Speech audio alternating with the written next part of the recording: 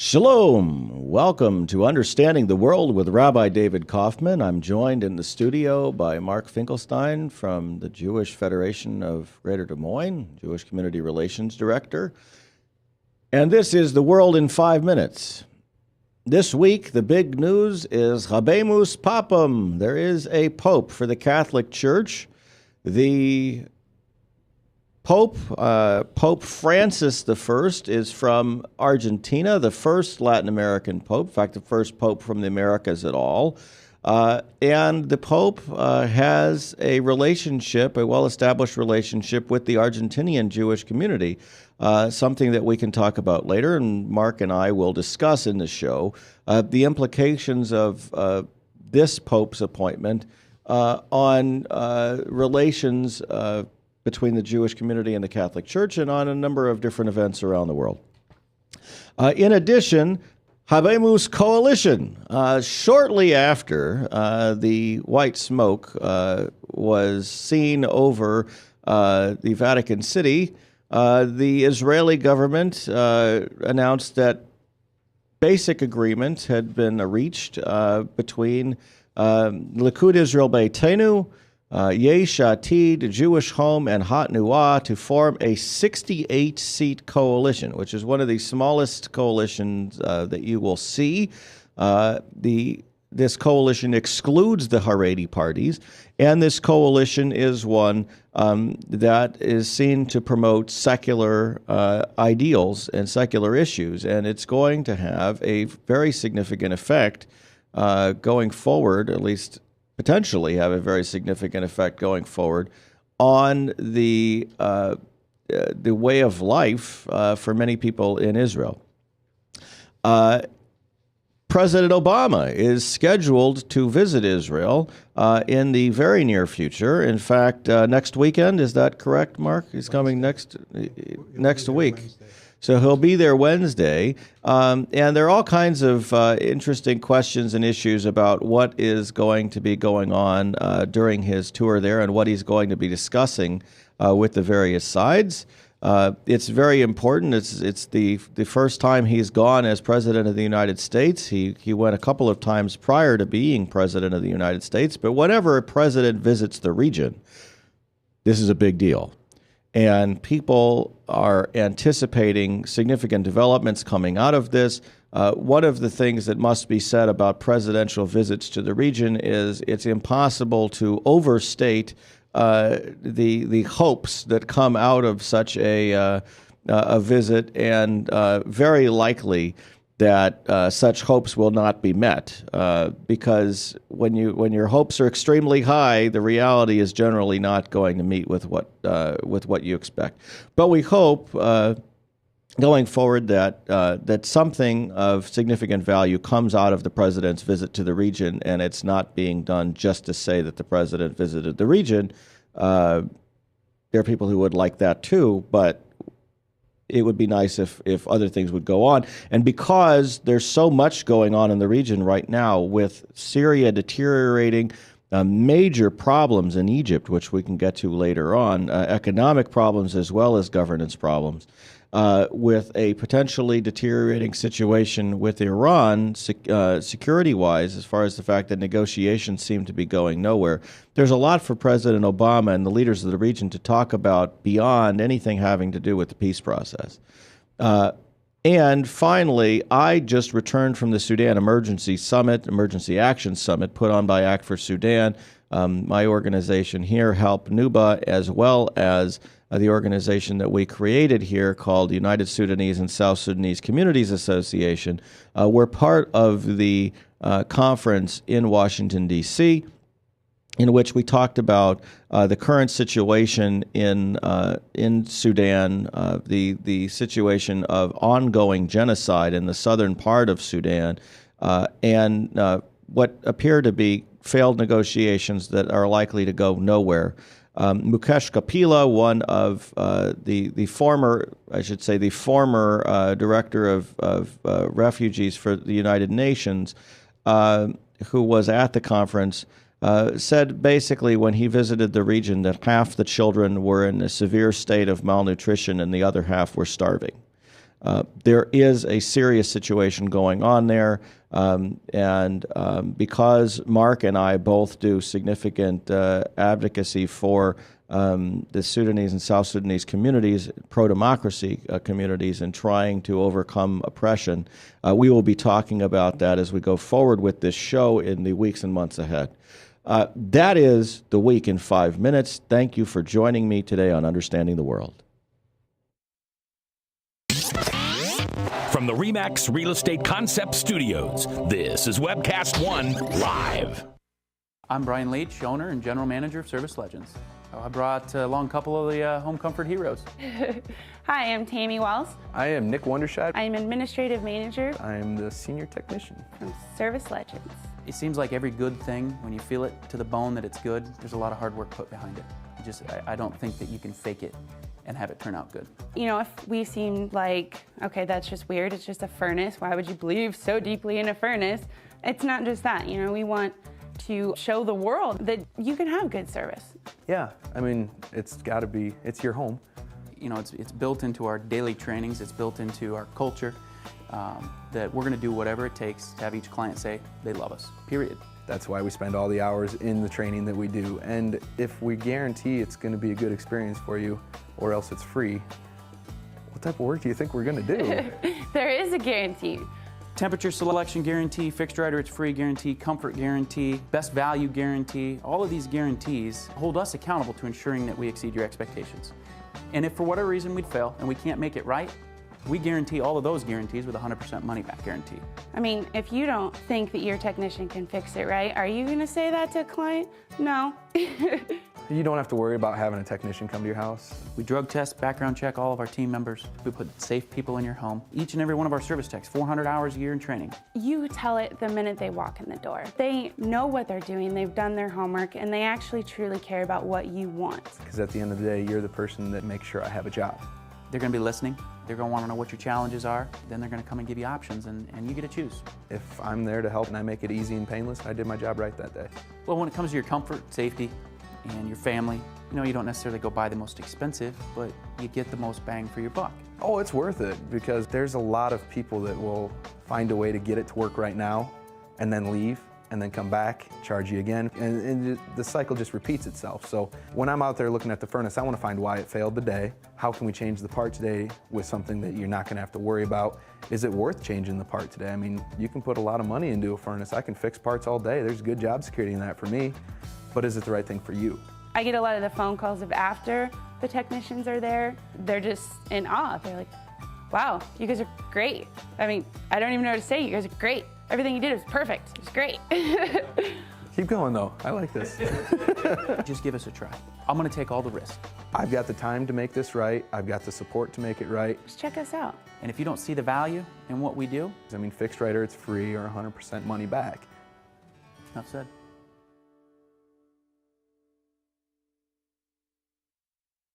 Shalom. Welcome back to Understanding the World with Rabbi David Kaufman. I'm joined in the studio by Mark Finkelstein today, and we have quite a bit to talk about. First, I'd like to thank our sponsor, or benefactor, Dr. Ronald Bergman and Bergman Folkers Cosmetic Surgery and Spa, for their support of our show today and their support of what we do, allowing us to share news and information, and in future shows, having other guests on as well from around the world. So yesterday, the big news was that Cardinal Jorge Mario Bergoglio of Buenos Aires became Pope Francis I, elected by the College of Cardinals. And just a little background on who he is. After the dust settled from the election of Benedict XVI. This is actually from the National Catholic Reporter online. After the dust settled from the election of Benedict XVI, various reports identified the Argentine Jesuit as the main challenger to then Cardinal Joseph Ratzinger. One cardinal later said the conclave had been something of a horse race between Ratzinger and Bergoglio. And an anonymous conclave diary splashed across the Italian media in September of 2005 claimed that Bergoglio received 40 votes on the third ballot just before Ratzinger crossed the two-thirds threshold and became pope. Back in 2005, Bergoglio drew high marks as an accomplished intellectual, having studied theology in Germany. His leading role during the Argentine economic crisis burnished his reputation as a voice of conscience and made him a potent symbol of the costs of globalization can impose on the world's poor.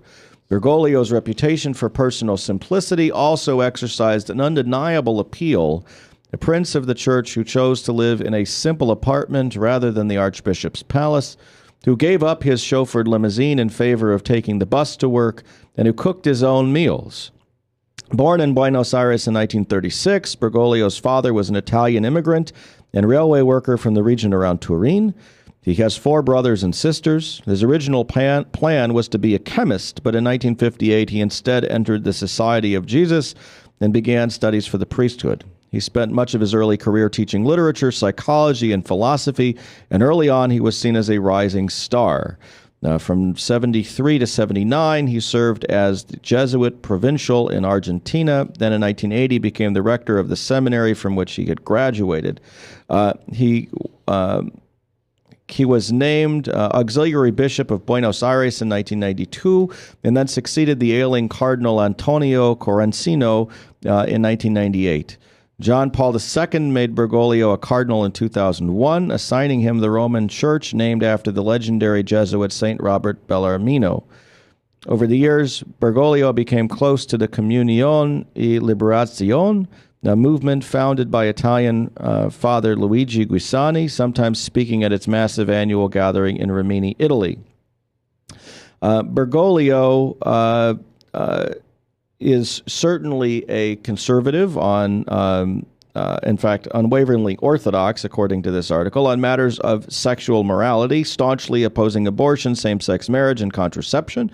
In 2010, he asserted that gay adoption is a form of discrimination against children, earning a public rebuke from Argentina's president, Cristina Fernández de Kirchner. He's shown compassion for victims of AIDS, and he worked with the Jewish community in response to the 1994 bombing in Buenos Aires of a 7-story building housing the Argentine Jewish Mutual Association and the delegation of the Argentine Jewish Association, one of the worst ever anti-Jewish attacks in Latin America. In 2005, Rabbi Joseph Ehrenkrantz of the Center for Jewish Christian Understanding at Sacred Heart University in Fairfield, Connecticut, praised Bergoglio's leadership. He was very concerned with what happened, Ehrenkrantz said. He's got experience. And we see yesterday that around the world, various Jewish organizations issued statements of support, praising this pope as someone with whom the Jewish community looks forward to work. Mark, do you have anything to add to that? Essentially, the conjecture was that any new pope would not have ties to the history of the Jewish people with regard to the Holocaust, such as the previous number of popes had. And this is not proven true. The fact is the new Pope Francis, I don't think you call him Francis I until there's a Francis II, by the way. So the new Pope really has ties to Europe and to the history, and he's 76 years old, meaning he has an understanding of World War II. He's Francis the First, I think, is what his title is, from what I understand. You can't. I think they're assuming that someone's going to come after. Wow. And there's interesting discussion about who he's named after. There's a Francis Xavier who's kind of one of the major Jesuit priests, and I think he may even be the founder of the Jesuits. Well, and he's also certainly Francis of Assisi for his work for the poor. So there's some belief that he may have been named after both of them rather than just one of them, but we shall see when he gets a chance to speak out about his work. But the fact is he's been very cordial, apparently, to the Argentinian Jewish community, which is a community that has been under stress for various reasons, economic and because of the bombings there. And I think it bodes well for good Catholic-Jewish relations. I think absolutely. The people that I've talked to and those I've seen write so far seem to believe that this is a pope that understands what's going on with the Jewish community and what's going on in the Jewish world, and he has an understanding of Jewish history. Potentially because of his experience in Germany. You know, when you take theology in Germany, you're kind of in the middle of that. Absolutely. And then when you go back to Argentina and experience it firsthand with an attack on the Jewish community yourself, you know, that I think that elevates his understanding of what the threats that the Jewish community faces, even over and above somebody who grew up in Europe and only knows the history. It would seem that he's going to be a sort of a transitional pope again because of his age, necessarily. That's true. And another thing that's interesting is I saw a report that he only has one lung. Oh, so right? he's not a fully healthy 76-year-old either. But this is somebody who evidently has been dynamic, who has been able to bridge a lot of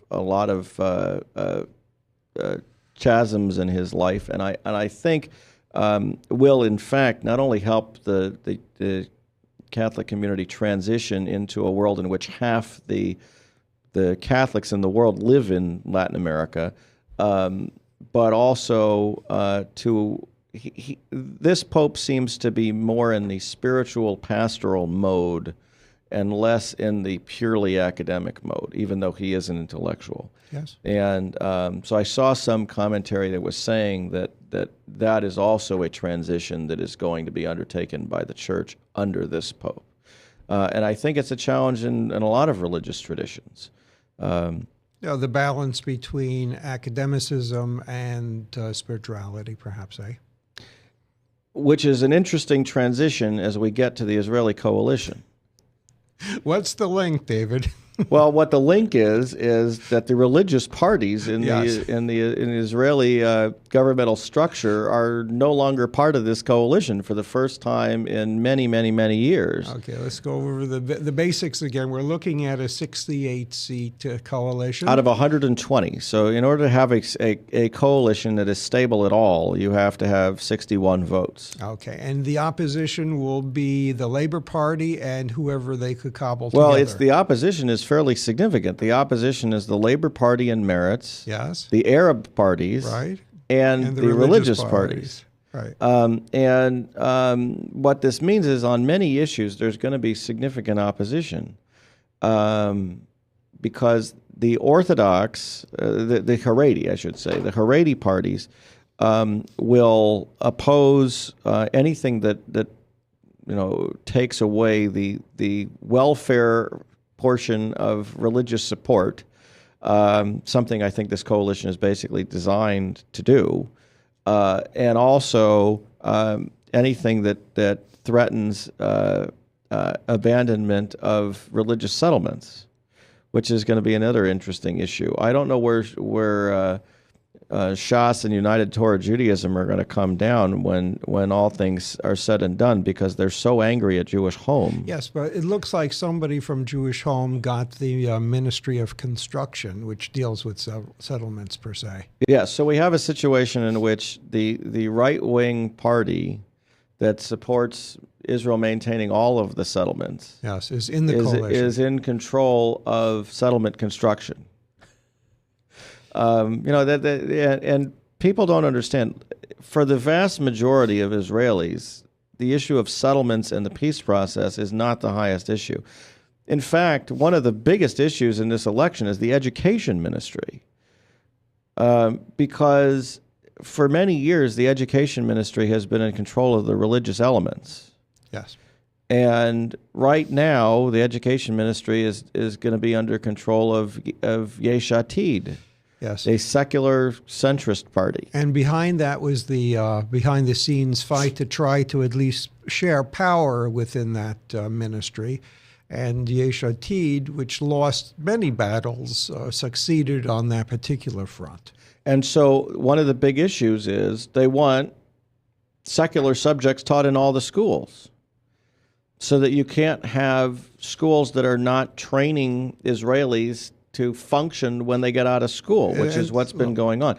There's an idea, just to let you know, there's a situation in Israel right now where the Haredi schools, the ultra-Orthodox religious schools, are designed in such a way that the students go through and they get a religious education that does not allow them to function in secular society when they graduate. They're not able to move on to higher education. They're not able to do most jobs. And so essentially, Israel has a full-on welfare class that's supported by the state, the vast majority of whom are in this religious mode. They're people who believe that the state should support them because of their religious studies and their worship. And the secular Israelis have decided enough is enough, essentially, in this election. And they don't want to do this anymore, including the right wing. So even a Jewish Home on the right wing, which is a secular-ish right-wing party, decided that the Haredim need to do national service. And working along with Yesh Atid on the centrist party, decided that not only do they need to do national service, either military service or other forms of serving the government for a couple of years and paying off their education to the government, or they need to actually learn things like math and English, things that enable them to function when they get out of school and get jobs. Let me put that in concept for a second, that the flagship institution of modern orthodoxy in the United States, Yeshiva University, theme is Torah Mada, meaning both Torah and science. And so within the modern orthodoxy, science is present, but not in the Haredim, which is further stringent. And this is a country whose economy is significantly based on high tech. And the jobs are requiring a higher and higher level of math and science education in order to be able to function. And in fact, many of the military jobs are now requiring a higher level of that too. Israelis don't just line up with musket and bayonet and march into battle. You actually have to have real education in order to serve in the military. You have to have understanding of language. They have to be able to interact with Jews, Arabs, tourists, everything else at their regular basis. Russians, Africans. If you speak Yiddish and that's it, you're not able to really function in that environment. And so language becomes a big part of it. Whether you're dealing with the police forces, you're dealing with firefighting, or you're dealing with anything else, in order to function in any of those jobs, you need to have linguistic skills. You also need to have math and science in order to be able to get the jobs. And the Haredi schools that are focusing on the religious education are just not meeting that. And so what's happening is that when the students graduate from the Haredi high schools, their options are to continue on in the higher Haredi education and become basically rabbis, or to go on welfare and create children. That seems to be the options here, and those are not good options. Israel is looking at an increasing number of people who cannot support themselves and who are expecting the secular population who's working to support them. And Yesh Atid and Jewish Home basically said enough is enough. We don't care if these people are supportive of the right-wing political agenda vis-a-vis foreign policy. We are looking at the potential collapse of the country if the economy falters. Yeah, they need to be functional members of society. Yeah. I mean, we're talking about a situation in this country where we're worried about sequestration and 2% cuts in budgets, and they're sitting there looking at this vastly, dramatically growing population of welfare, people who need welfare support, who have absolutely no chance of helping the economy no matter what they do going forward. So just to repeat, that the functioning underpinning of this election was based on economics and social social issues rather than the peace process. Absolutely, overwhelmingly so. Yeah. This election was not about the peace process. Now there is some focus on the peace process coming from Hot Nuah and Tzipi Livni, and a little bit from Yesh Atid as well, and the desire to restart a peace process. But that's where we are. We're not talking about continuing an existing peace process, removing roadblocks from a peace process. We're talking about restarting a peace process, starting a new peace process, and that is something that's multi-steps away. The primary focus of this coalition is really on the economic and social situation of Israel, in which you finally crossed a threshold in this conflict between what the ultra-Orthodox and Haredim want and what the secular population of Israel needs. The secular population of Israel has won the day, and that is going to be the governing of the coalition. We'll be back just after this. If Tom Coates from Consumer Credit of America was your personal webmaster, Tom would filter out all bad debt emails. If Tom was your mailman, you'd never get any debt reduction junk mail. If Tom Coates was a lineman, he'd block any phone calls offering to reduce your credit card debt. Hi, I'm Tom Coates with Consumer Credit of America, and we're still your best choice for credit counseling. We're local, we're accountable, and we can do more.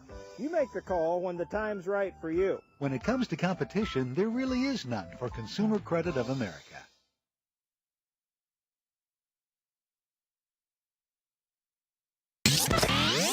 From the RE/MAX Real Estate Concept Studios, this is Webcast One Live. Drink, dance, party. Kitty's is the ultimate dance club in Des Moines. A huge dance floor with room to move, 3 bars to keep your drinks full, and kickin' DJs playing all your favorite dance music. At Kitty's, we've always got your birthday party planned with Birthday Fridays. That's right, when your birthday rolls around, there's only one place to go. Gather up your friends and head to Kitty's, where you drink free on the Friday of your birthday week. Find out more about Birthday Fridays at kittysusa.com. Kitty's, all kinds of people, all kinds of music, all kinds of fun.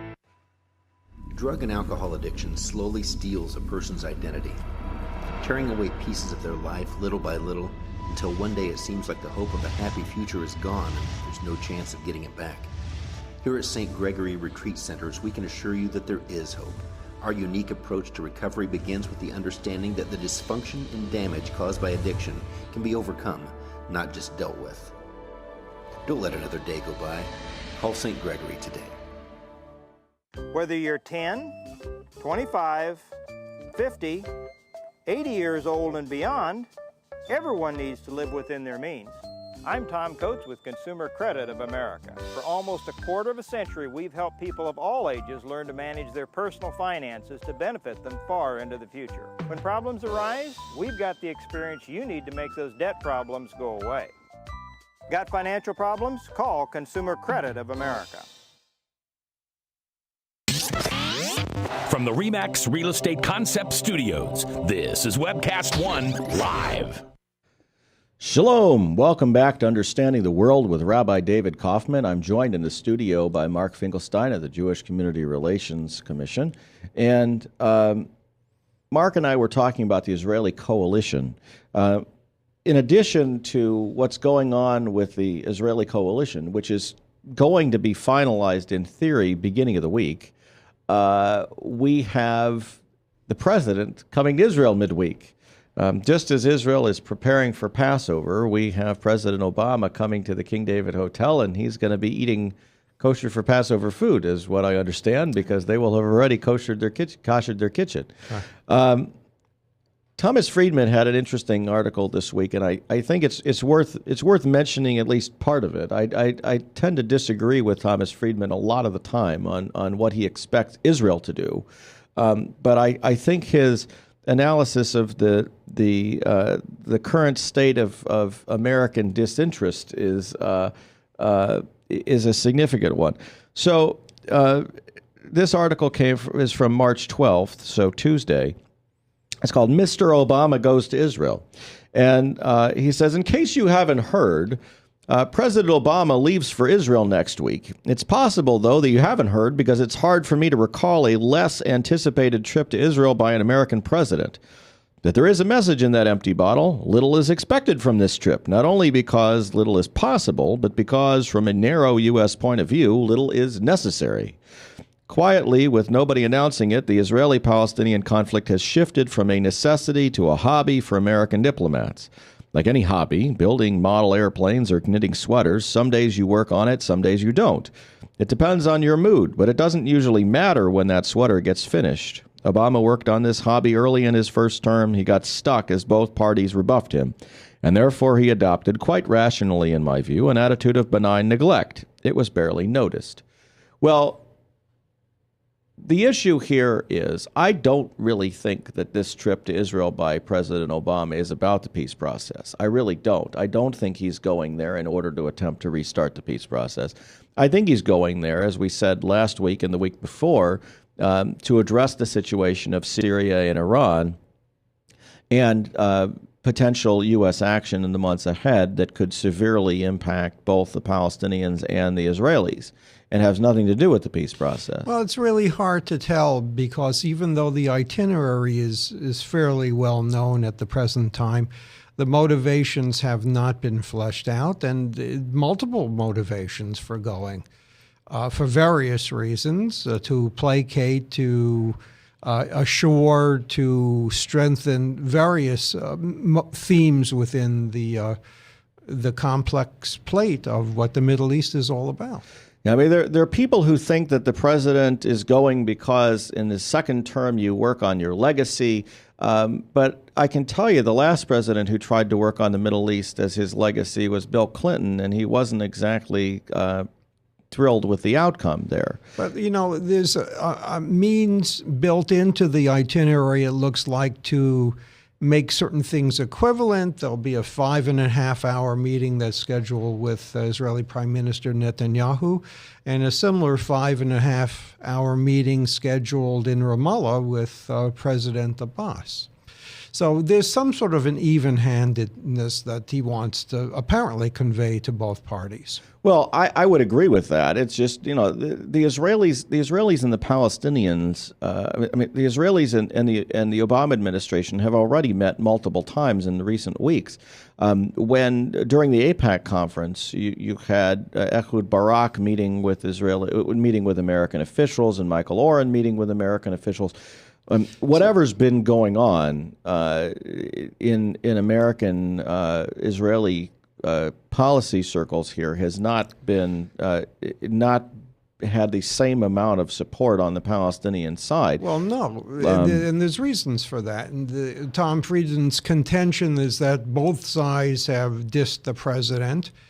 You know, on one hand, perhaps you can say that, but on the other hand, Netanyahu complied, at least initially, with the request, for example, to free settlements for a 10-month period, and nothing happened at that time. Yeah. So those who are critical of the president would say, please don't equivocate all these messages. Well, you also have a situation in which the president seems to want to support people's right to self-determination, okay? And we've talked about that before. But the issue here with the Palestinians is whose right of self-determination is going to be respected in developments of the Palestinian-Israeli peace process. Meaning Fatah or Hamas? What I mean here is it's difficult to figure out. In fact, it's not difficult to figure out. There's pretty much an assumption here that Fatah is functionally a dictatorship over the West Bank. They won an election 8 years ago in which they were supposed to be in power for most 4 years, and their allies throughout the Middle East were the nationalist dictators who've been removed in country after country after country. Right. It's fairly clear that the majority of Palestinians do not support Fatah. They may support, whether they support Hamas or not, we don't know, but to argue that allowing Fatah to create a state, allowing the Palestinian Authority leadership to create a state, therefore represents Palestinian self-determination is already highly questionable. Especially if they can't come into that position accounting for Gaza. Yes. And Well, I mean, not only that. I mean, you could just call Gaza a separate state at this point, and you still have the same problem. There's a question of whether or not they even control the majority of the West Bank, as whether or not they're supported by the majority of the population of the West Bank. The general consensus is articulated by Shimon Peres, the president of Israel, is that Abbas is a good guy and his heart is in peacemaking. So regardless of any information to the contrary, that's the prevailing scenario. So let's assume, and so this is the second situation. Yeah. Let's assume that Abbas is interested in making peace. Okay. Let's just start there for a second. Okay. Let's assume that Abbas is interested in making peace. You have the issue of whether or not the majority of the Palestinians in the West Bank support him. There's pretty much an assumption right now that the majority of Palestinians as a whole do not, at least within Gaza and the West Bank, because the overwhelming percentage in Gaza support Hamas, and a significant portion of the West Bank, if not the majority of them, support Hamas. Well, we don't know yet. But let's assume that he has at least nominal support from the West Bankers. Okay, so let's go forward and let's assume that Abbas has 95% support of the West Bank. Everybody in the West Bank supports Abbas. Okay. Abbas is a nationalist. Okay, well, like I said, we've seen all of these one after the other governments, nationalist governments falling to Islamists. We're in a situation in which the United States has supported the Islamists in almost all of these countries. And Barry Rubin wrote an article about this exact thing that we can talk about in a minute here. The Israelis have a serious concern that Hamas could take over the West Bank. Yes. So we're in a situation here in which pushing for peace right now, even if Fatah is 100% behind the peace, even if Abbas is completely reliable as a partner for peace, the likelihood here is that essentially Hamas will end up taking over the West Bank. But and the Israeli security situation becomes very problematic at that point. Those who would support Abbas would say that it's the American and Israeli responsibility to do all it can to prop the fellow up. And so the question was, what does that? And my argument would be that a failed peace negotiation would be the biggest threat to Abbas, not the biggest help to Abbas. In other words, advancing the peace process right now is much more threatening to Abbas than it is helpful, because there's almost no chance of it going anywhere. So therefore, I think the president's trip is mostly symbolic on that level, regardless of what he talks about Iran and Syria. That the symbolism is to put his eggs in the basket of supporting the establishment of a Palestinian state, which in certain ideologies would say, well, they got a state, well, then they will live up to its responsibility. Well, and that's certainly a possibility. And then the question is the president really going and saying, oh, but as part of this discussion, how do we maximize observer state status? I've talked for quite a while at this point, and I've written several articles about this. The fact is that observer state status, while the Palestinians shouldn't have pursued it for any number of reasons, observer state status solves a lot of the problems that are impacting the peace negotiations and are impacting the relations between the peoples. But the way you interpret it is going to be different than most people hear that. Can you just summarize what are the positives of that? So what I see as positives for observer state status are that the security situation for Israel is maintained at a very high level. Israel controls the external borders, which means you're not going to have rebels and militants and huge amounts of arms and other things coming in from Jordan across the border into the West Bank, and therefore they can't be used against Israel from the West Bank. You're going to have a situation in which, therefore, the internal border can be made more lax, allowing or more relaxed, allowing for more cross-border interaction between the West Bank and Israel. In other words, you're saying with independence comes responsibility. Well, with independence comes responsibility, but what I'm saying is with security situation, Israel does not need to have as high a level of security if it's controlling the external border as if the Palestinians are controlling the external border. And that allows for much better relations between the two countries. The situation that comes up then is what territories does the Palestinian Authority end up controlling? What happened in my mind is that the Palestinian Authority made a enormous concession in seeking observer state status instead of holding out for full state status.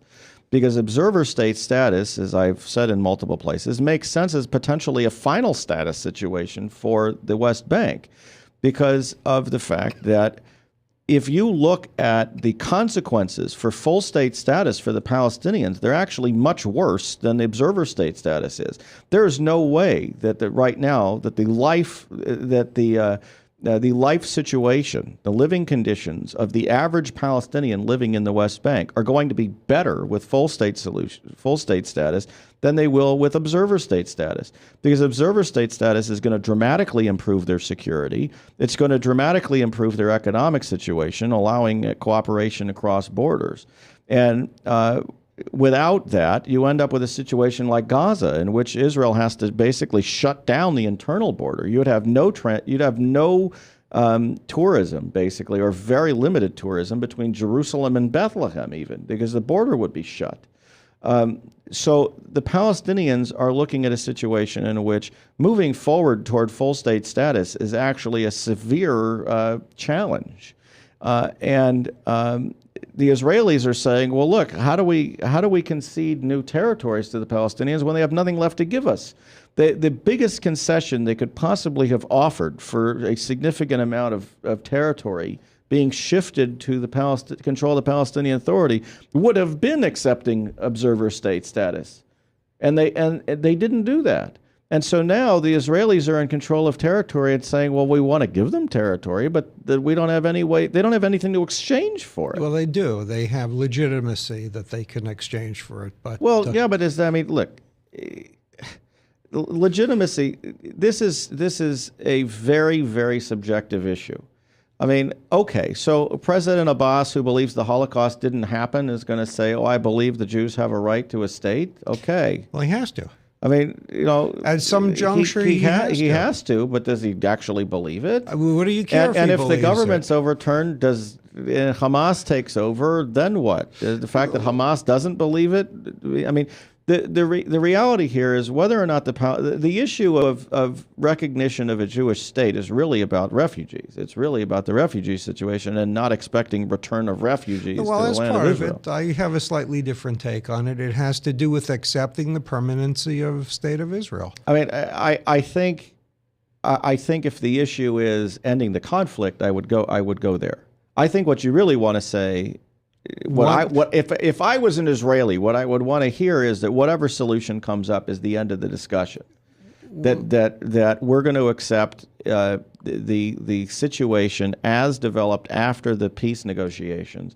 That Israel is here, the Palestinians are here, and that's the end of the discussion. It could be, but that's not the only way to get there. And certainly, I think most Israelis would like to hear that they understand that they're going to teach their kids to accept peace with Israel as Israel is. Well, look, there's no doubt that for the two sides to be able to exist moving forward, they have to that accept educating each other. toward peace is a vital thing. The Israelis have been doing that by and large. I mean, there's certainly pockets where I'm sure that's not happening. Yeah. But the national curriculum is, and that's part of what Yesh Atid wants to work on, because they want to get all the radicalism in the ultra-Orthodox institutions out of the educational curriculum. There's not much there outside the Haredi curriculum anyway, but I think that's part of it, and educating towards sanity. But the situation, I think, is one in which the Palestinians need to start seeing the advantages of working with Israel, whatever that entails. Instead of just working with Israel on a security situation, they need to understand that they can work with Israel on an economic situation.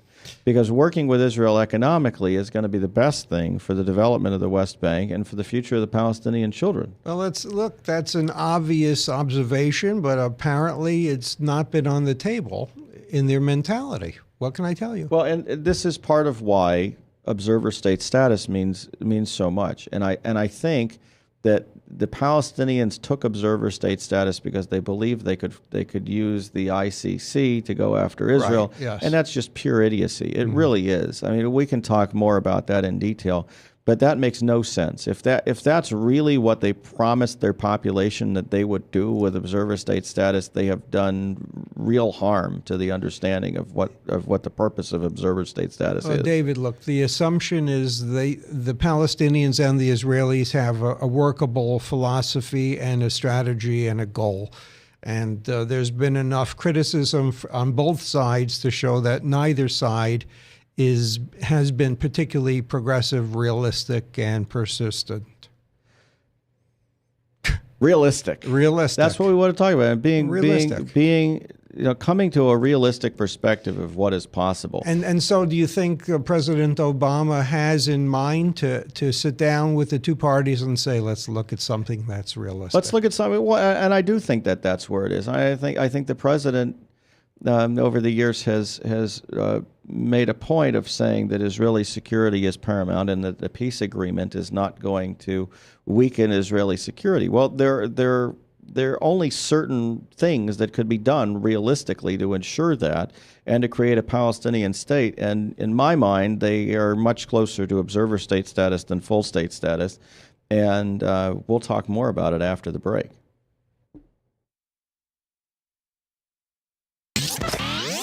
From the RE/MAX Real Estate Concept Studios, this is Webcast One Live.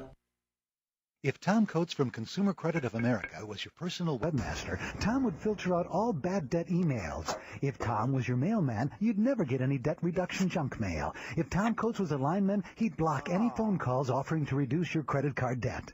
Hi, I'm Tom Coates with Consumer Credit of America, and we're still your best choice for credit counseling. We're local, we're accountable, and we can do more. You make the call when the time's right for you. When it comes to competition, there really is none for Consumer Credit of America. Drink, dance, party. Kitty's is the ultimate dance club in Des Moines. A huge dance floor with room to move, 3 bars to keep your drinks full, and kickin' DJs playing all your favorite dance music. At Kitty's, we've always got your birthday party planned with Birthday Fridays. That's right, when your birthday rolls around, there's only one place to go. Gather up your friends and head to Kitty's, where you drink free on the Friday of your birthday week. Find out more about Birthday Fridays at kittiesusa.com. Kitty's, all kinds of people, all kinds of music, all kinds of fun. Drug and alcohol addiction slowly steals a person's identity, tearing away pieces of their life little by little until one day it seems like the hope of a happy future is gone and there's no chance of getting it back. Here at St. Gregory Retreat Centers, we can assure you that there is hope. Our unique approach to recovery begins with the understanding that the dysfunction and damage caused by addiction can be overcome, not just dealt with. Don't let another day go by. Call St. Gregory today. Whether you're 10, 25, 50, 80 years old and beyond, everyone needs to live within their means. I'm Tom Coates with Consumer Credit of America. For almost a quarter of a century, we've helped people of all ages learn to manage their personal finances to benefit them far into the future. When problems arise, we've got the experience you need to make those debt problems go away. Got financial problems? Call Consumer Credit of America.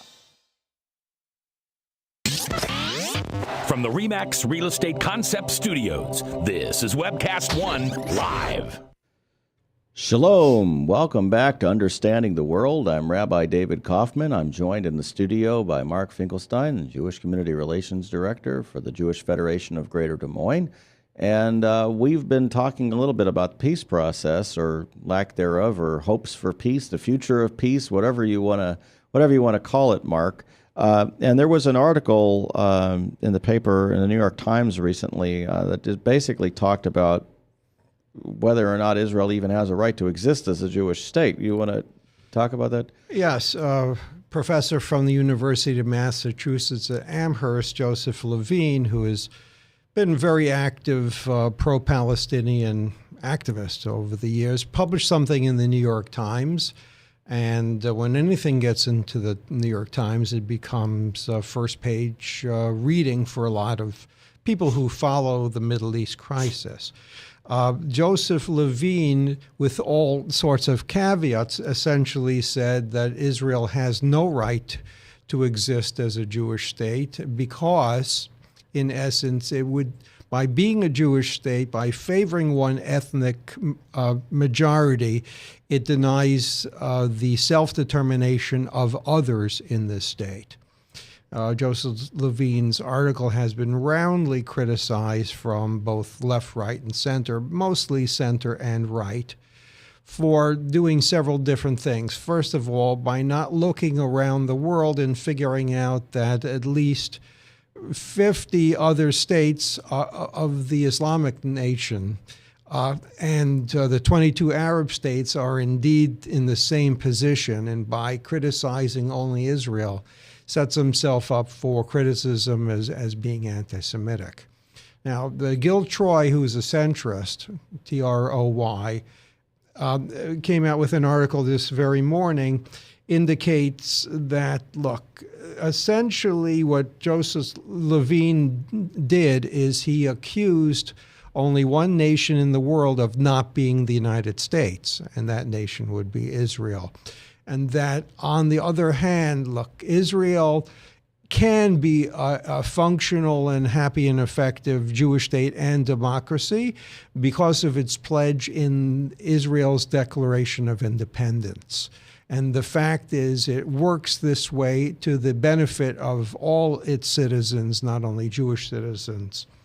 That the fruits of the Declaration of Independence have brought non-Jews, Arabs, to power in the Supreme Court, in the Knesset, in many public and professional careers, and you don't find that across the Middle East.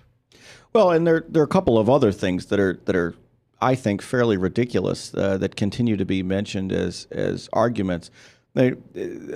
The people who make this argument end up sounding as if it would have been better for Israel to have ethnically cleansed itself of its Arab population, and that if only Israel were all Jewish and all European, then it could be that justified. it would be justified in calling itself a Jewish state. So therefore, if you want to create a state for your own ethnicity, just get rid of the minority population. I mean, this is absolute ridiculousness, and if the United Nations or any other self-respecting anti-genocide groups were to argue that, they should be thrown out of office. I mean, we're looking at a situation in Sudan where this is exactly the case. The government wants to get rid of its minority population. Let's just expel all the Christians. You know, the government of Sudan calls the Christians South Sudanese because there's now a Christian state. So the United Nations is going to stand up and say you can't be an Islamic state because you have minority population. Why don't you try telling that to the rest of the Arab world? I mean, this is ridiculous. It's an absolutely absurd argument. It's non-realistic. It's not only non-realistic. It's a hate-filled argument. It's a hate-filled article that has nothing to do with the peace situation in the Middle East, in which there exists a Jewish state, and in which the attempt now is to form a two-states for two peoples formula. And by the way, that formula is endorsed by AIPAC. Yes, I mean, and the other issue is that you're dealing with a situation in which there has to be some basis for the way the country works, and why should Israel be based on a secular model based in Christianity? Why can't it be a secular model based in Judaism? That for sure makes sense to me. As far as the issue of is Israel a homeland for the Jews? I think that's up to Israel, personally. I don't think that's up to anybody else. But that's indisputable. The fact it was created as a homeland for the Jews. Well, it was created as a homeland for the Jews, but I think at this point it's also up to the people who live there. I mean, at this point, the people who live there are the ones making that determination. Israel exists as a state. In 1946, we could talk about Israel being created as a state for the Jews. Yeah. In 2013, Israel is a homeland for the Jews because the government of Israel says that it is. And most Jews who live there want it to be. Absolutely, but it has nothing to do with what I think. It has nothing to do with what somebody in the New York Times thinks. It has nothing to do with somebody in anywhere else in the world thinks. If the Israelis say this is a homeland for the Jews, it is just as much a homeland for the Jews as if the United States says we're the home of the free and the land of the brave. Okay, there's no difference there. The ramification that is, if Jewish sovereignty reigns in Israel, it has the right to build in the legislation that will enable Jews from all over the world to come and gain immediate citizenship. And the Arabs hate that. Well, look, it doesn't really matter whether the Arabs hate it or not. It'd be like populations in the United States. That's true. Think about this. In the United States, it'd be like there are people who want to have immigration reform that allows people who come from Mexico to become citizens of the United States more easily, and then there are people who want them all expelled. Yes. I mean, and so well, the implication. The situation is this. You either have to have a policy that makes some sense as to what your national needs are, or you can have racist policies. Now, the racist policy says that you don't welcome anybody into your country and you try to expel everybody. The Israeli government could very easily say, we don't want to accept any refugees whatsoever, none at all, and we're going to make it very uncomfortable for minorities to be here. They could go to that extreme. They could say, we're not going to have a democracy in which everybody is equal. We're going to have a democracy in which some people are superior to others. And guess what? The vast majority of democracies around the world have that as their policy. They don't have full equality in everything. The idea that what Israel does is not somewhere on the spectrum of being, fully free democracy to being somewhere reasonable is just not true. Israel's democracy is certainly on the more progressive, liberal end of democracies in the world, period. Absolutely. Now, the intent, however, of people who push this idea that there cannot be a Jewish state legally simply want to undercut the sovereignty of the Israelis to be able to promulgate those type of legislations that enable Jews to come there. I think what it is, what they really want to argue, Mark, is not about Israel. It's about a single state solution. What they really want to argue is that there's no right Israel should not have the right to define its borders or even negotiate the borders with the Palestinians, because the Palestinians should be citizens of this country. And therefore, this argument of this is a Jewish state versus a Palestinian state is the null and void argument. Well, that's the first level argument, and I agree with you. The underlying impetus is to push for a one-state solution. But if indeed it's shown that Israel is an illegitimate state, that leaves the door open to this one-state solution. Well, and the fact is, a lot of people, even around here, are pushing this. You cannot have a Jewish state idea simply because they want to push for the one-state solution. Well, the situation is one in which my belief is that realism always gets in the way of the utopians here. Okay, well, that's true. The reality here is Yeah. security is the primary issue. And if security is the primary issue, the one-state solution is never going to be a possibility. It's not a possibility in any way, shape, or form. The Palestinians right now have a choice between negotiating for observer state status, functionally, full observer state status, using it the way it should be used, with Israel controlling the borders and the Palestinians having control within those borders, or opting for full state status and ending up forcing Israel to take security measures that will dramatically worsen the way of life in the West Bank. I mean, I think that's their alternative. They got a fly in here.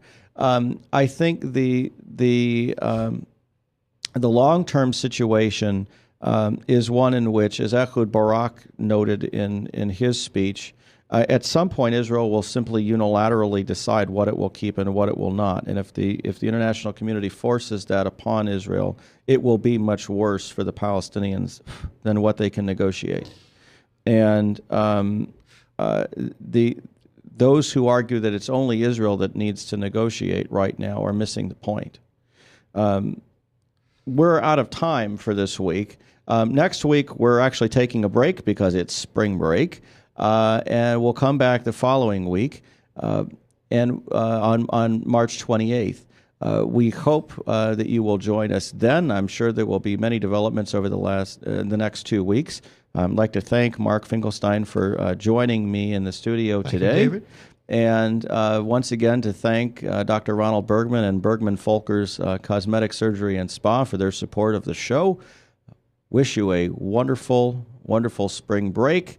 And because Passover is coming right after spring break, a Chag Sameach and happy Passover to all.